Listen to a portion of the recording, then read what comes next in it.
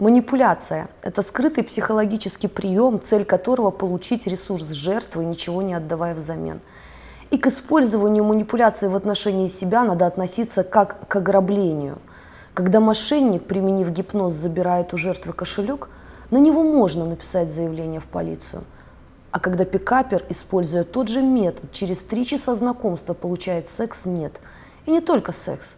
Манипулятор получает бесплатный труд, деньги, связи, клиентов, популярность и многое другое. И в том и в другом случае жертва отдает свой ресурс сама. Почему грабителей мы опасаемся, а манипуляторов нет? Почему в 21 веке мы до сих пор верим в то, что манипулируют кем угодно, кроме нас? Откуда этот преступный оптимизм, из-за которого мы летим, как мотыльки на огонь?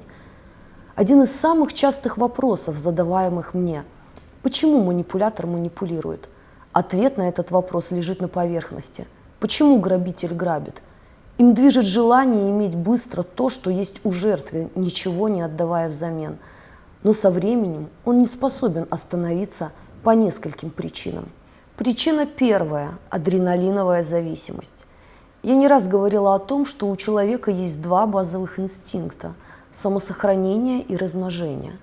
Однако многие специалисты склоняются к мнению, что есть еще 3-й – инстинкт власти. И я с этим отчасти согласна.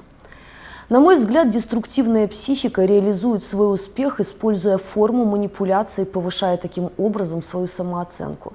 Манипулятор чувствует себя всемогущим кукловодом, который точно знает, как устроена жертва, и пользуется этим, чтобы получить результат.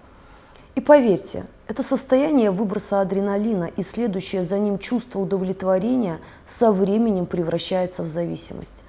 Адреналиновая зависимость является той первой причиной, по которой он не может остановиться. И я это говорю потому, что испытывала такое состояние на себе.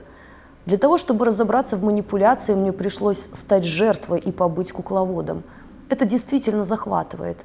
Разница лишь в том, что самодостаточная личность все равно испытывает дискомфорт. Собственно, поэтому я отказалась от манипуляции, а игроки нет. Почему? Потому что у них отсутствует эта самодостаточность. Об этом чуть позже. Вторая причина – использование ресурсов жертвы. Теперь посмотрим, что происходит дальше. Наш адреналиновый наркоман жаждет нового уровня сложности. Он учится управлять жертвой. Отношения превращаются для него в ресурс для продвижения. Причем не подумайте, что он альфонс или содержанка. Есть 101 способ заставить жертву сделать все самостоятельно, а манипулятор еще будет приговаривать. «Ну ты же сама попросила». Самая частая форма манипуляции состоит из нескольких этапов. Создание образа, рассказ о его цели и мечте, история о том, что ему никто никогда не помогал, и, конечно же, отказ от желаемого. Ну, не забудьте морковку для жертвы. «Что ты? Мне ничего от тебя не нужно, я все сделаю сам». В этот момент твой ум говорит, нужно ему помочь. И при этом подставляется морковка, мотивация для тебя. Когда я этого достигну, мы поедем отдыхать, я отблагодарю тебя машиной. Когда я стану кем-то, мы поженимся. Когда я приду к этому результату, заведем детей. Думая о нас, мы вместе приходим к результату. Мой результат – твой результат. Нужно подчеркнуть, эти механизмы воздействия крайне подробно описаны в моем романе «Жить жизнь». Ты помогаешь такому талантливому, умному, интересному, а правда такова. У профессиональных манипуляторов есть десятки жертв, которые что-то для них делают. Продвигают, спонсируют, дают совет, дарят подарки, рекламируют, кормят, одевают, пиарят, продают и рекомендуют. Все это они делают для того, чтобы заработать благосклонность в глазах манипулятора. Третья причина – глубинные комплексы. Это является самым важным моментом. Уверена, что те, кто стал жертвой такого игрока, сейчас кричат: «Богинская не права, он такой уверенный в себе». Я могу подробно рассказать, чем деструктивное мышление отличается от созидательного. Но тема видео у нас сейчас другая. Скажу одно. Главный показатель самодостаточного человека – он никогда не будет относиться к другому хуже, чем к себе. Все остальные формы поведения являются определением наличия комплексов. И применение приемов манипуляции в отношении других лиц – явное подтверждение наличия глубинных комплексов. Терминология пикапа использует понятие ТФН – Типичный фрустрированный неудачник. Так они называют своих адептов до прихода в пикап. Согласна на 1000%. Есть только одно «но».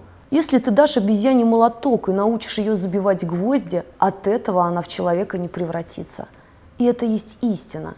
Пикап-семинары и другие технологии манипуляции не учат разбираться в себе, они учат забивать гвозди.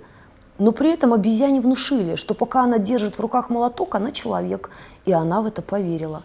Но в то же время очень боится перестать стучать молотком, потому что ею руководит страх.